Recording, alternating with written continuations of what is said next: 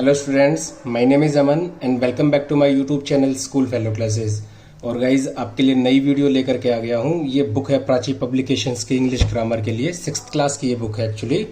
और इसका हम करेंगे चैप्टर नंबर 12। और चैप्टर नंबर 12 क्या है, वेरी वेरी इजी है। एक कोशिश हम ये करेंगे कि इसको एक ही वीडियो में कंप्लीट कर लें, इसके कंसेप्ट्स भी प्लस इसकी एक्सरसाइज भी। तो चलिए विदाउट एनी फर्दर डिले हम अपना टॉपिक स्टार्ट करते हैं। टॉपिक है हमारा केस के बारे में। देखिए केस क्या होता है, अगर बात करें हम इंग्लिश ग्रामर की तो यहाँ पर 3 केसेस होते हैं, नॉमिनेटिव और सब्जेक्टिव, ऑब्जेक्टिव और एक्यूजेटिव, और थर्ड है पॉजेसिव और जेनेटिव केस। आपको नाम याद रखने हैं, वो एक तो सब्जेक्टिव, ऑब्जेक्टिव और पॉजेसिव, ये आपको याद रखने हैं। अगर आप ये भी याद रखना चाहे नॉमिनेटिव, एक्यूजेटिव, जेनेटिव, तो ये भी रख सकते हैं। नॉर्मली सब्जेक्टिव, ऑब्जेक्टिव और पॉजेसिव ही बोला जाता है। तो अगर मैं बात करूं सब्जेक्टिव या फिर नॉमिनेटिव केस की, तो नॉमिनेटिव केस वो केस होता है सेंटेंस के अंदर जो सब्जेक्ट होता है। इसलिए मैंने आपको बोला था कि आप नॉमिनेटिव नहीं सब्जेक्टिव नाम से याद रखें, क्योंकि आपको इजी रहेगा। सब्जेक्टिव केस कौन सा होता है, सेंटेंस के अंदर जो सब्जेक्ट होता है वो सब्जेक्टिव केस होता है। For example Manish played hockey, इसमें जो मनीष है ये कौन सा केस है, सब्जेक्टिव केस है। क्यों? क्योंकि मनीष जो है इस सेंटेंस का सब्जेक्ट है। आई होप कि आपको पता होगा कि सब्जेक्ट क्या होता है। और जिसको नहीं पता है, हमने बहुत ही सारे चैप्टर्स थे जो इसी कंसेप्ट को क्लियर करने में लगाया था कि क्या सब्जेक्ट होता है और क्या ऑब्जेक्ट होता है। पहले वाली वीडियोस आप अच्छे से देखिए अगर आपको कंफ्यूजन है तो सब्जेक्ट या ऑब्जेक्ट को लेकर के। इसके बाद क्या है, द आंसर इज करेक्ट। क्या करेक्ट है, करेक्ट है ये इंपॉर्टेंट नहीं है, क्या करेक्ट है, ये आंसर करेक्ट है। तो ये क्या है, सब्जेक्ट है। और ये सब्जेक्ट कैसा केस हो जाएगा, सब्जेक्टिव केस हो जाएगा। आई होप कि आपको क्लियर हो रहा होगा।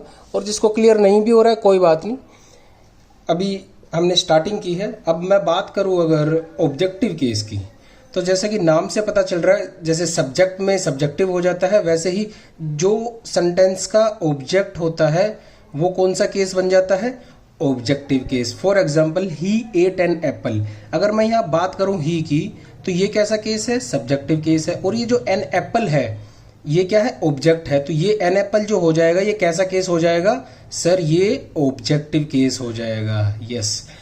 और अगर मैं बात करूं यहाँ पर मनीष प्लेड हॉकी, मनीष तो सब्जेक्ट है, हॉकी क्या है, ऑब्जेक्ट है। मनीष ने किस चीज को खेला, हॉकी को खेला, तो हॉकी क्या है, ऑब्जेक्ट है यहाँ पे। तो ये कैसा केस हो जाएगा, ऑब्जेक्टिव केस। मनीष सब्जेक्ट है, सब्जेक्टिव केस। आंसर यहाँ पर सब्जेक्टिव केस, करेक्ट यहाँ पर ऑब्जेक्टिव, टीचर यहाँ पे सब्जेक्टिव, और अस जो है वो ऑब्जेक्टिव केस हो जाएगा।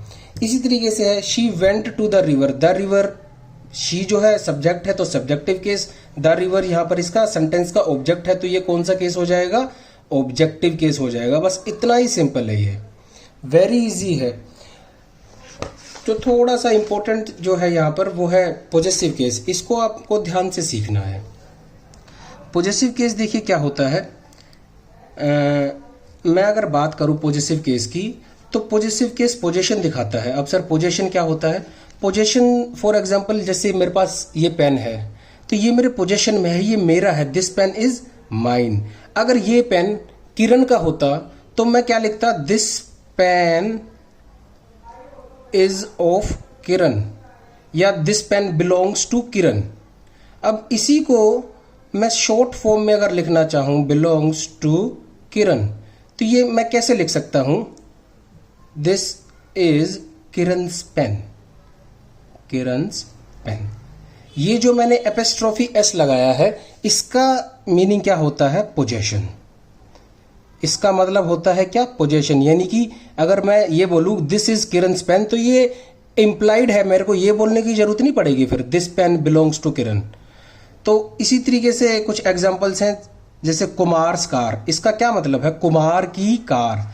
द बॉयज पेन, लड़के का पेन। ये जो एपिस्ट्रोफी आप एस देख रहे हैं यहाँ पर, मैंस के साथ, कुमार के साथ, फिर ये बॉय के साथ, फिर कैट्स के साथ, ये सब पोजीशन दिखा रहा है। जैसे द बॉयज स्कूल, लड़कों का स्कूल।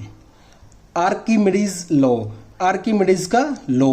कीट्स पोइट्री, पोइट्री मतलब कीट्स की पोइट्री। जॉन कीट्स एक बहुत ही रिनाउंड पोइट रहे हैं इंग्लिश लैंग्वेज के, तो उनकी पोइट्री। ये एस जो है एपिस्ट्रोफी एस, ये दिखाता है किसको, पोजेशन को। ठीक है, और यहाँ पर कुछ छोटे छोटे रूल्स हमको गिवन है।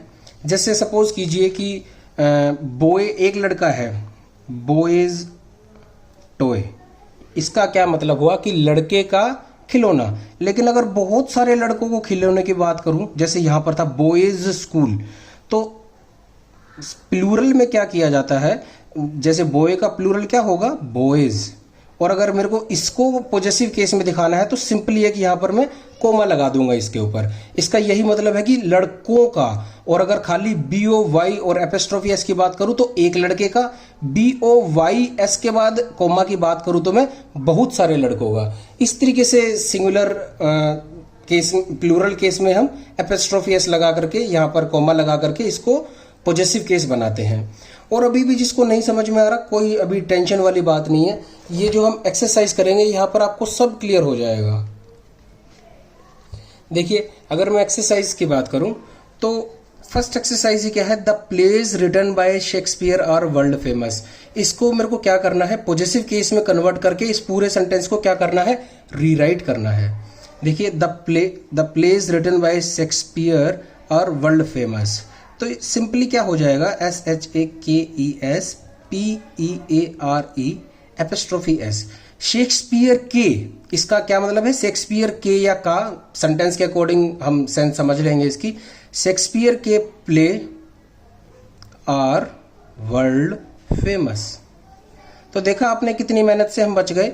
इन दोनों का मीनिंग सेम है, the plays written by Shakespeare are world famous, या फिर मैं सिंपली बोल दूं Shakespeare's play are world famous, दोनों का सेम मीनिंग है। ये जो एपिस्ट्रोफी एस मैंने लगा दिया है, ये किस चीज को दिखाता है, ये जो प्ले रिटन बाय, ये जो पूरा है, इसको सिर्फ एक एस ने कवर कर लिया। ठीक है, चलिए बात करते हैं सेकंड सेंटेंस की। The umbrella which Ram has cost ₹200। तो Ram's umbrella costs ₹200। I hope कि आपको समझ आ रहा होगा अब अच्छे से कि पॉजेसिव केस का यूज हम कैसे करते हैं। तो the umbrella which Ram has cost ₹200, वो छाता जो राम के पास है उसकी कीमत कितनी है, 200 रुपए। या फिर मैं ये कहूं कि राम का जो अम्ब्रेला है उसकी कॉस्ट है 200 रुपए। तो दोनों का मीनिंग सेम है, लिखने का तरीका अलग है। आप ऐसे भी लिख सकते हैं और ऐसे भी लिख सकते हैं, लेकिन अगर उसने स्पेशली बोल दिया कि पॉजेसिव केस का आपको यूज करना है तो फिर आपको इसी तरीके से सेंटेंस लिखना पड़ेगा। वैसे आप नॉर्मली राइटिंग कर रहे हैं तो दोनों ही ठीक है, लेकिन ज्यादा बेटर पे कौन सा माना जाएगा, ज्यादा प्रेफरेंस किसको दी जाएगी, ये जो नीचे वाला पॉजेसिव केस है इसको दी जाएगी। ये जो सेंटेंस लिखा हुआ है ये पढ़ने में और सुनने में और देखने में तीनों में ही अच्छा लगता है, तो इसलिए बस पॉजेसिव केस का हम यूज करते हैं। बाकी थर्ड देखते हैं, चलिए। The speech delivered by Suresh impressed the audience. तो देखिए सुरेश जो है यहाँ पर, ये जो बाय से हमको पता चल रहा है कि ये इसके पोजेशन का केस है। Suresh's speech impressed the audience, दोनों का सेम मीनिंग है।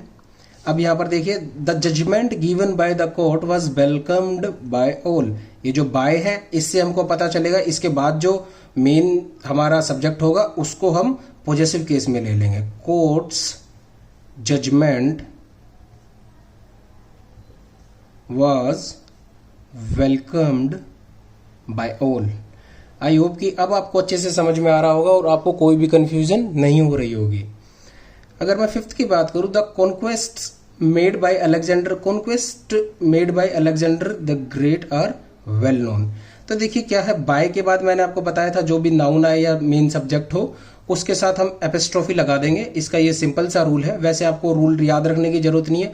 आप थोड़ा सा एक दो बारी पढ़ेंगे, इसको अपने आप से करके देखेंगे तो आपको खुद ही पता चल जाएगा कि जो चीज है वो किसके पोजीशन में है, और जिसके पोजीशन में वो चीज होती है हम जो है उसी के साथ एपिस्ट्रोफी लगा देते हैं। द अलेक्जेंडर द ग्रेट्स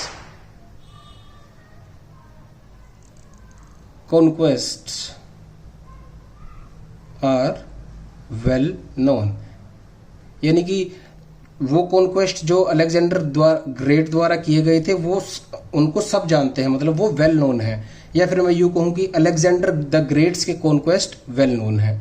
तो मीनिंग सेम है, लिखने का तरीका अलग है। He bought the shop owned by the carpenter, तो क्या आएगा, ही बोट द, अब ये देखिए बाय के बाद क्या है, कारपेंटर, तो कारपेंटर्स शॉप, उसने खरीद ली कारपेंटर की दुकान, या फिर ऊपर इसने क्या बोला था, उसने खरीद ली वो दुकान जो कि कारपेंटर की थी। तो मीनिंग तो दोनों का सेम है, लेकिन सुनने में और देखने में और लिखने में यही नीचे वाला अच्छा लगता है पॉजिटिव केस के साथ। 7th है, there are many schools meant for girls in this city, तो देखिए क्या है, देयर आर मैनी, अब गर्ल्स की बात हो रही है, देखिए तो ये प्लूरल केस है, तो हम इसमें क्या कर देंगे कि यहाँ पर एपिस्ट्रोफी लगा देंगे। इसका मतलब क्या है, लड़कियों का, there are many girls school in this city.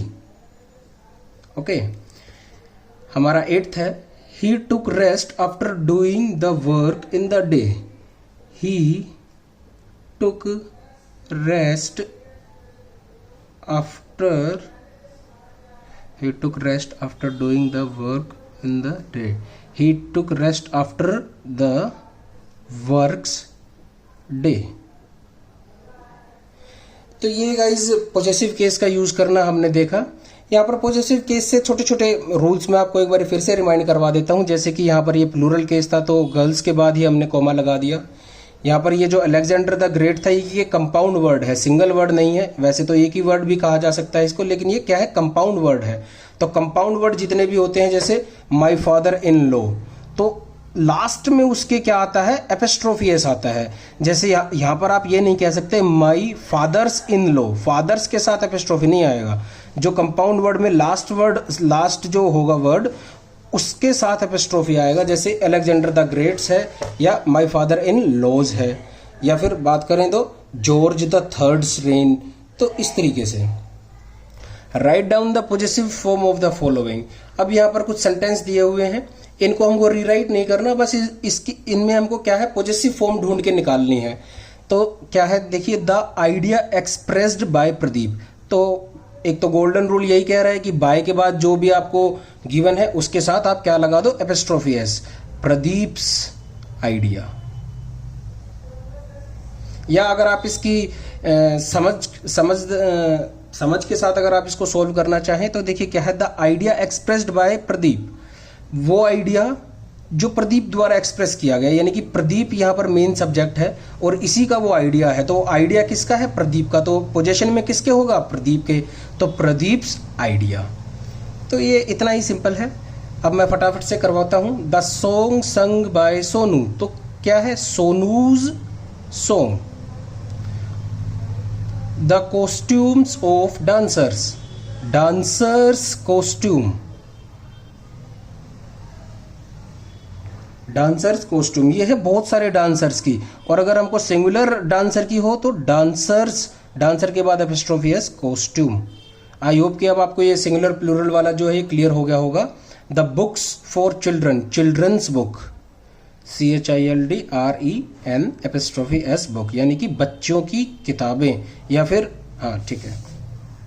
The blessing of my parents, parents blessings। absence for a year, years absent या a years absent। the uniform worn by the soldiers, तो क्या है, soldiers uniform।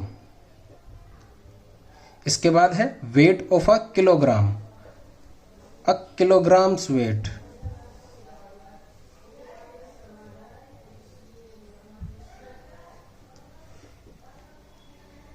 The union of workers, workers union. और last है the hostel for main, तो mains hostel. तो आई hope कि आपको ये अच्छे से क्लियर हो गया होगा। हम इसकी थर्ड एक्सरसाइज की तरफ आगे बढ़ते हैं, जो आज का हमारा लास्ट टॉपिक होगा। अब ये तो बहुत ही ज़्यादा इजी है, ये तो आप खुद से भी कर सकते हैं, पर चलिए मैं फटाफट से आपको करवा देता हूँ। Identify and right the case of underline noun, ये जितने भी नाउन गिवन है इनका हमको केस बताना है। वैसे तो आप देख करके भी बता सकते हैं। नॉर्मली क्या है कि सब्जेक्ट जो है वर्ड सेंटेंस के स्टार्टिंग में ही आता है और ऑब्जेक्ट लास्ट में आता है, और पॉजेसिव केस का तो आप देख करके बता ही दोगे। जैसे ये किशोर्स, कैट्स, दासेस और ये केमिस्ट्स, तो ये जितने भी हैं ये तो देखते ही पता चलता है कि कौन से केस हैं, पॉजेसिव केस हैं। और ये आपको जो दिखाई दे रहा है हरीश, ये वर्ड सेंटेंस के स्टार्टिंग में है, तो ये क्या होगा, सब्जेक्टिव केस होगा। आप इसको ऐसे भी कर सकते हैं, लेकिन ऐसे जो मैंने अभी आपको तरीका बताया, इसमें आपकी मिस्टेक होने के चांसेस बढ़ जाते हैं। तो आपको मैं क्या सजेस्ट कर रहा हूँ, आप समझ के करिए इसको, ज़्यादा मुश्किल नहीं है, बहुत ईजी है। देखिए, Harish made a handmade card, तो देखिए देखते ही पता चलता है कि हरीश जो है इस सेंटेंस का सब्जेक्ट है। किसने हैंडमेड कार्ड बनाया, हरीश ने। तो ये कैसा केस हो जाएगा, सब्जेक्टिव केस हो जाएगा। लेकिन कभी कभी क्या होता है, जैसे वैसे तो हम इसको ऐसे भी कर सकते हैं कि ये सेंटेंस की स्टार्टिंग में है तो सब्जेक्ट होगा। कभी कभी ऐसा होता है कि जो सब्जेक्ट होता है वो लास्ट में भी आ सकता है या बीच में भी आ सकता है, और जिसने सब्जेक्ट और ऑब्जेक्ट वाला जो चैप्टर था वो अच्छे से किया होगा, उसको अच्छे से पता होगा कि सब्जेक्ट जो है जरूरी नहीं है कि स्टार्टिंग में ही आए। ज़्यादातर केसेस में आता है। आपकी क्लास अभी छोटी है तो आपको ऐसे ट्रिक में नहीं फंसाएगा कि वो लास्ट में दे देगा, अभी आपको ऐसे ही सिंपल देगा। लेकिन मैं ये चाहता हूं कि आप सही तरीके से सीखें इसको। Father praised Ketan for his sincerity, father ने किसकी प्रेज की, केतन की। और केतन को ही पूछा है कि कैसा केस है, तो ये कैसा केस है, ऑब्जेक्टिव केस है। ये आपको पता ही है, किशोर्स बैग इज मिसिंग, किशोर का बैग मिस है। अगर आप एपिस्ट्रोफी एस को भी ना देखो तो भी आपको पता चलता है कि ये पॉजेसिव केस है, किसी का बैग मिसिंग हो गया, किसी का, यानी कि किसी के पोजेशन में था वो, तो किशोर्स, तो ये कैसा केस हो जाएगा, possessive. The dog bit the cat's tail, किसकी पूंछ काट ली, कुत्ते ने। कुत्ता यहाँ पर क्या है, सब्जेक्ट है। उस कुत्ते ने क्या किया, पूंछ काट ली, किसकी, कैट की। तो ये क्या है, पॉजेसिव केस है। सॉरी, ये थोड़ा सा मिक्सअप हो गया। ये कैट्स को देख करके आप बता सकते हैं ये कैसा केस है, पॉजेसिव। तो the chair is made of would, तो ये क्या हो जाएगा, सब्जेक्टिव केस। क्या बनी हुई है, वुड की चेयर बनी हुई है सर। और अगर मैं इसका पॉजेसिव केस निकालने की बात करूं तो क्या हो जाएगा, वुड्स चेयर, यानी कि लकड़ी की चेयर। ठीक है। The kids are flying kites, बच्चे क्या उड़ा रहे हैं, काइट उड़ा रहे हैं, तो कैसा केस है, ऑब्जेक्टिव। मिस्टर दासिस, ये कैसा है, पॉजेसिव। केमिस्ट्स, ये भी possessive. Kareena passed me the jam, Kareena ने क्या पास किया, जैम पास किया, तो ये कैसा केस है, ऑब्जेक्टिव। और the students walked to the school, school कहाँ गए, मतलब बच्चे चल के कहाँ गए, स्कूल में गए, तो स्कूल कैसा केस है, ऑब्जेक्टिव। तो ये था गाइज चैप्टर सब्जेक्ट, ऑब्जेक्ट और पॉजेसिव केस के बारे में। आई होप कि आपको अच्छे से क्लियर हो गया होगा। और अगर फिर भी आपको कोई डाउट रहता है तो आप मुझसे कमेंट सेक्शन में पूछ सकते हैं। आई होप कि ये वीडियो आपको अच्छी लगी होगी, और अगर अच्छी लगी है तो इसको अपने फ्रेंड्स के साथ ज़रूर शेयर करिए ताकि वो भी अपना होमवर्क को कंप्लीट कर पाएँ। फिर नेक्स्ट वीडियो में मिलते हैं आपको नए टॉपिक के साथ। तब तक के लिए goodbye and take care.